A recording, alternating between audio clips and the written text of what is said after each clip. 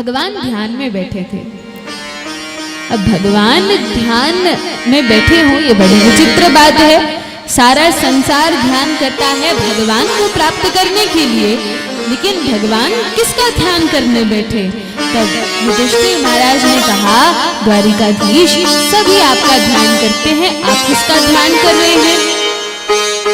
तब भगवान ने कहा, हे भ्राताश्री, भक्त मेरा ध्यान करते हैं और मैं अपने भक्तों का ध्यान करता हूँ। तो ऐसे कौन से भक्त हैं जिनका ध्यान आप कर रहे हैं? कहा, तुम्हारे ही पितामह भीष्म देव का मैं ध्यान कर रहा हूँ। उनके जैसा संत, उनके जैसा ब्रह्मचारी, उनके जैसा एकनिष्ठ भाव रखने वाला भक्त आज तक इस पृथ्वी पर न कभी हुआ है और न होगा।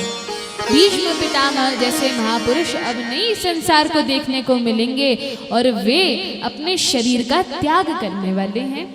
उन्हें तो इच्छा मृत्यु का वरदान है, वे अपना शरीर छोड़ने वाले हैं और मैं उनके अंत समय में उन्हें दर्शन देना चाहता हूँ। उनकी यह अभिलाषा है, मैं उनको दर्शन देना चाहता हूँ। चलो वापस कुरुक्षेत्र, वहां जहाँ भीष्म पितामह शरशैया पर, बाणों की शैया पर लेटे हुए हैं, उनका हम दर्शन करना चाहते हैं।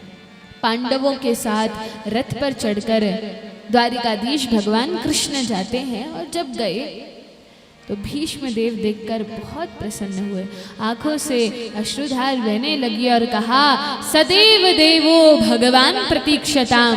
हे भगवान, मेरी यह इच्छा है कि जब तक मैं अपने शरीर का त्याग न कर दूं, आप इसी प्रकार मुस्कुराते हुए खड़े रहिएगा, यहाँ से छोड़कर मत जाइएगा। अभी मैं पांडवों से कुछ बात करूंगा और ऋषि मुनियों से कुछ बात करूंगा, आप यहीं खड़े रहिएगा। भगवान ने सिर हिलाते हुए स्वीकृति दी और तब भगवान ने पांडवों को इशारा किया, अरे अर्जुन, आज जितने भी संशय हैं, जितने भी प्रश्न हैं, युधिष्ठिर महाराज आपके जितने प्रश्न हैं पूछ लीजिए अपने पितामह से। ऐसे महापुरुष बार बार जन्म नहीं लेते। तब इन सभी पांडवों ने अनेक संशय बताते हुए प्रश्न किया और भीष्म पितामह ने एक एक करके उन सबका उत्तर दिया। महाभारत में विस्तार से वर्णन है स्त्री धर्म का, गृहस्थ धर्म का, ब्रह्मचारी के धर्म का, संसार में कैसे रहें, क्या करें, सब कुछ धारावाह से प्रवाह में भीष्म पितामह बोलते गए। लेकिन जब वह समय आया, सूर्य उत्तरायण में प्रवेश कर गया, एकादशी का दिन था और भीष्म पितामह ने विचार किया यही समय है। इच्छा मृत्यु का वरदान था, तो एकदम शुभ समय में वे अपने शरीर का त्याग करना चाहते थे। पांडवों को संतुष्ट किया, सबसे बातचीत की, सबको प्रणाम किया और इसके पश्चात अब संसार से हर ओर से अपना ध्यान हटाकर भीष्म पितामह एक भाव से केवल श्री कृष्ण के चरणों में अपना ध्यान लगाते हैं।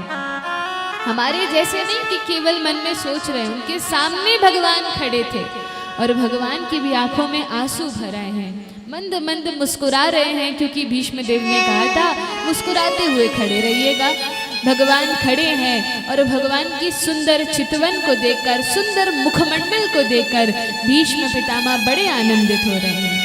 और तब बड़ा ही शुभ दिन है, एकादशी की तिथि है। कहा जाता है एकादशी को यदि कोई अपने शरीर का त्याग करता है तो निश्चित वैकुंठ जाता है।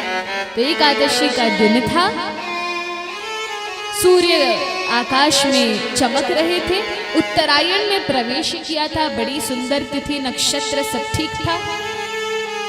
और भीष्म पितामह ने अपने पिताजी को, शांतनु को एक वचन दिया था कि जब तक हस्तिनापुर की सीमाएं सुरक्षित नहीं हो जाएंगी तब तक मैं अपना शरीर नहीं छोड़ूंगा। और अब तो पांडव राजा बन गए हैं, युधिष्ठिर राजा बने हैं, सीमाएं सुरक्षित हैं, परीक्षित का जन्म हो चुका है। अब भीष्म देव शरीर का त्याग करने वाले हैं। एकादश श्लोकों में भीष्म देव बड़ी सुंदर प्रार्थना करते हैं। क्या प्रार्थना करते हैं? कहा, भगवान मेरी एक पुत्री है और उस पुत्री को, उस कन्या को आज मैं आपसे विवाह करना चाहता हूँ। भगवान ने कहा, पितामह आप तो ब्रह्मचारी हैं, आपकी पुत्री कहाँ से? कहा नहीं नहीं, ऐसी कन्या नहीं, मेरी यह जो बुद्धि है इसको मैं कन्या मानता हूँ। अच्छा, आज इसका विवाह करेंगे? बुद्धि का किससे विवाह करेंगे?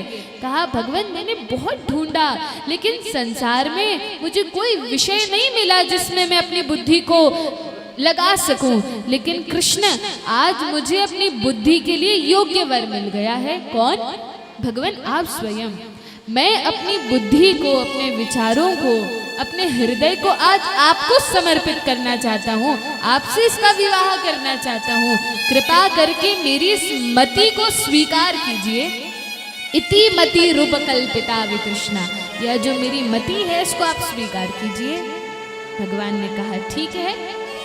तब भीष्म देव अलग अलग लीलाओं को याद करते हैं, भगवान की अलग अलग भावों में पहुंच जाते हैं। कभी कहते हैं कि भगवान जिस समय महाभारत का युद्ध चल रहा था, और महाभारत के युद्ध में क्योंकि मैं तो कुरुओं की तरफ था और आप पांडवों की ओर थे, मैंने वचन दिया था कि पांडवों को मैं मार के रहूंगा, या तो मैं पांडवों का वध करूंगा, या श्री कृष्ण की जो प्रतिज्ञा है कि वे अस्त्र नहीं उठाएंगे, उस प्रतिज्ञा को मैं तोड़वाऊंगा। तो भगवान आपने यह संकल्प लिया था कि आप महाभारत के युद्ध में शस्त्र नहीं उठाएंगे, और मैंने संकल्प लिया था कि मैं आपसे शस्त्र उठवा के रहूंगा, नहीं तो पांडवों का वध करूंगा। तो पांडवों की रक्षा करने के लिए, अपने भक्तों की रक्षा करने के लिए भगवान आपने अपना वचन तोड़ दिया, अपना वचन तोड़ दिया। और जैसे ही मैं अर्जुन को बाण मारने लगा, मैंने कुछ बाण अर्जुन को मारे, और आपको इतना क्रोध आया आपके मित्र पर, मैंने कुछ बाण चला दिए कि आप रथ का चक्र लेकर मेरी ओर दौड़े मुझे मारने के लिए। और श्री कृष्ण उस समय में इतने आनंद में था कि आज परब्रह्म अखंड ब्रह्मांड नायक साक्षात परमेश्वर मुझे मारने आ रहे हैं। मैंने सारे अस्त्र शस्त्र छोड़ दिए और मैं खड़ा हो गया कि भगवान आइए मुझे मारिए। लेकिन उस समय अर्जुन ने आकर आपके पांव पकड़ लिए, नहीं नहीं मेरे पितामह को मत मारिए, और तब आपने मुझे नहीं मारा। लेकिन उस समय भगवान मैं बताना ये चाहता हूँ कि आप जब रथ का चक्र लेकर आए थे मारने के लिए, तो आपकी छवि इतनी सुंदर लग रही थी। आप सांवले रंग के हैं, और उस सांवले रंग पर घुंघराले बाल सुशोभित हो रहे थे, हाथ में रथ का चक्र था, और थकान के कारण, घोड़े हाँकने के कारण, रथ चलाने के कारण आप कुछ थक गए थे, और पसीने की बूंदें टपक रही थी, और वे बूंदें मोतियों के समान आपके मुखमंडल पर चमक रही थी। भगवान कुछ नहीं बोलते, चुपचाप मंद मंद सुनते हैं, मुस्कुराते हैं। तब ब्रज भाव में भीष्म पितामह चले गए और कहा कि भगवान जिस समय आप गौचारण करके गौओं को वन में चराकर वापस लौटते थे, उस समय सारी गोपियां खड़ी हो जाती थी आपका स्वागत करने के लिए। नंद बाबा, यशोदा मैया सब स्वागत के लिए खड़े होते थे। क्या भाग्य है उन वृंदावन वासियों का जो नित्य आपका दर्शन करते हैं, आपका स्वागत करते हैं, आपके लिए खड़े रहते हैं प्रतीक्षा में। तो बड़ी सुंदर प्रार्थना भीष्म पितामह करते हैं। भागवत में प्रथम स्कंद में यह प्रार्थना है, 11 श्लोकों में। हम भी इस प्रार्थना का श्रवण करेंगे। संस्कृत में है, हो सकता है समझ न आए, लेकिन शास्त्रों के वाक्य इतने प्रभावकारी होते हैं कि सुनने से भी कल्याण होता है। इसलिए बड़े भाव से, श्रद्धा से सभी भीष्म पितामह की सुंदर स्तुति का श्रवण करें। श्री भीष्म